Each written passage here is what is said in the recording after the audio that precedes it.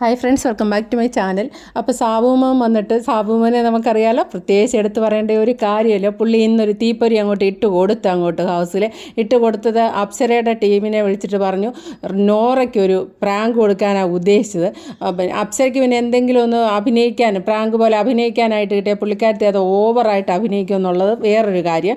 അത് കൊടുത്ത് സാബുമോൻ ഒരു തീപ്പൊരി അങ്ങോട്ട് ഇട്ട് കൊടുത്തിട്ട് എന്നെ കൊണ്ട് ഇത്രയൊക്കെ പറ്റുള്ളൂ, ബാക്കിയുള്ളത് നിങ്ങൾ നോക്കിക്കോ എന്നുള്ള ഒരു രീതിയിൽ പുള്ളി പറയുന്നുണ്ട്. എന്നെക്കൊണ്ട് ഇത്രയൊക്കെ പറ്റുള്ളൂ. അത് കയറി അങ്ങോട്ട് കൊളുത്തിയിട്ട് ഈ നോറ അങ്ങോട്ട് ട്രിഗർ ചെയ്ത് എന്തെങ്കിലുമൊക്കെ മറുപടി പറഞ്ഞ് ബഹളം ആവുമെന്ന് കരുതി. പക്ഷേ നോറ പറയുന്നു ഞാനിപ്പോൾ ഇതിലൊന്നും വീഴില്ല, കാരണം ഇത് സ്ഥിരമായി. നോറ ഇങ്ങനെ പുറകെ നടന്ന് ഇവരൊക്കെ ഓരോന്ന് പറഞ്ഞുകൊണ്ട് സ്ഥിരമായിട്ട് ഞാനിപ്പോൾ അതിലൊന്നും വീഴിയായിരുന്നു. പക്ഷേ ചെന്ന് കുത്തിയത് എവിടെയാണെന്ന് ചോദിച്ചാൽ എൻ്റെ പൊന്നോ മടിയനില്ല. ഈ മടിയൻ്റെ ഒരു പ്രത്യേക കഴിഞ്ഞ ദിവസങ്ങളിലും പിന്നെ വന്നപ്പോൾ തൊട്ട് നമ്മൾ വാച്ച് ചെയ്യുകയാണെങ്കിൽ നമുക്ക് ഒരു കാര്യം മുടിയൻ്റെ കാര്യത്തിൽ നമുക്ക് മനസ്സിലാവും. അതായത് മുടിയനെ ഒരു അനുഭവകഥ പറഞ്ഞതിൻ്റെ അകത്തുണ്ട്. സ്വന്തം അച്ഛൻ വെള്ളം അടിച്ചിട്ട് വന്നിട്ട് രാത്രി 12 മണി തൊട്ട് രാവിലെ 4:30 വരെ അമ്മയെ ഉപദ്രവിക്കുമ്പോൾ അവസാനം കണ്ട് മടുത്തിട്ട് അതിനെതിരെ അച്ഛനെതിരെ നിന്ന് പ്രതിരോധിക്കാൻ തുടങ്ങിയ ഒരു വ്യക്തിയാണ് ഈ മുടിയൻ എന്ന് പറയുന്നത്. അതുകൊണ്ട് പുള്ളിക്കാരൻ വയലൻ്റ് ആയിക്കഴിഞ്ഞാൽ പിന്നെ നമ്മൾ ഇതിന് മുന്നേ കണ്ടിട്ടുണ്ട്, വയലൻ്റ് ആയിക്കഴിഞ്ഞാൽ പിന്നെ മുടിയനെ പിടിച്ചാൽ കിട്ടുകയില്ല, പുള്ളിയുടെ കൺട്രോൾ അങ്ങ് പോവും.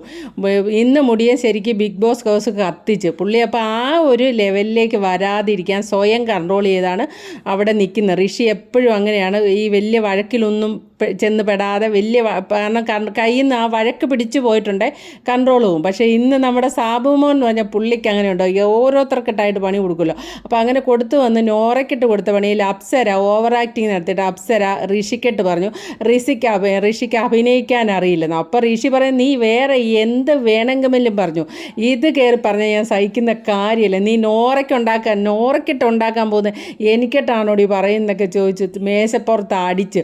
ശരിക്കും അപ്സര ഒരു മറുപടി പറയാൻ സാബുവിൻ്റെ അടുത്ത് പറയും. സാബു അപ്പോൾ പറയാം എന്നെക്കൊണ്ട് ഇത്ര നിങ്ങൾ തമ്മിലുണ്ടെങ്കിൽ ഇനി അത് നിങ്ങൾ തമ്മിൽ തീർക്കുക, അതിൻ്റെ അകത്ത് എനിക്ക് ഇടപെടേണ്ട കാര്യമില്ല, എന്നെക്കൊണ്ട് ഇത്രയൊക്കെ പറ്റുള്ളൂ എന്ന് പറയുന്നു. അൻസിബയാണെ മുടിയൻ്റെ കാല് പിടിക്കുന്നുണ്ട്, നീ ഒന്ന് സമാധാനിക്കുന്ന. ഓരോരുത്തരും അഭിഷേക് ഉൾപ്പെടെ എല്ലാവരും, പിന്നെ നന്ദനക്കിട്ടും കൊടുക്കുന്നുണ്ട്, എല്ലാവരും പേടിച്ച് ശരിക്കും മുടിയൻ്റെ മുന്നിൽ ശരിക്കും ആ ഹൗസിലുള്ളവരെല്ലാം പേടിച്ച്. സാബുമ മാത്രം ചിരിച്ച് കളിച്ച് നിൽക്കുന്നുണ്ട്, എന്നെക്കൊണ്ട് ഇത്രയൊക്കെ പറ്റുള്ളൂ എന്നുള്ള.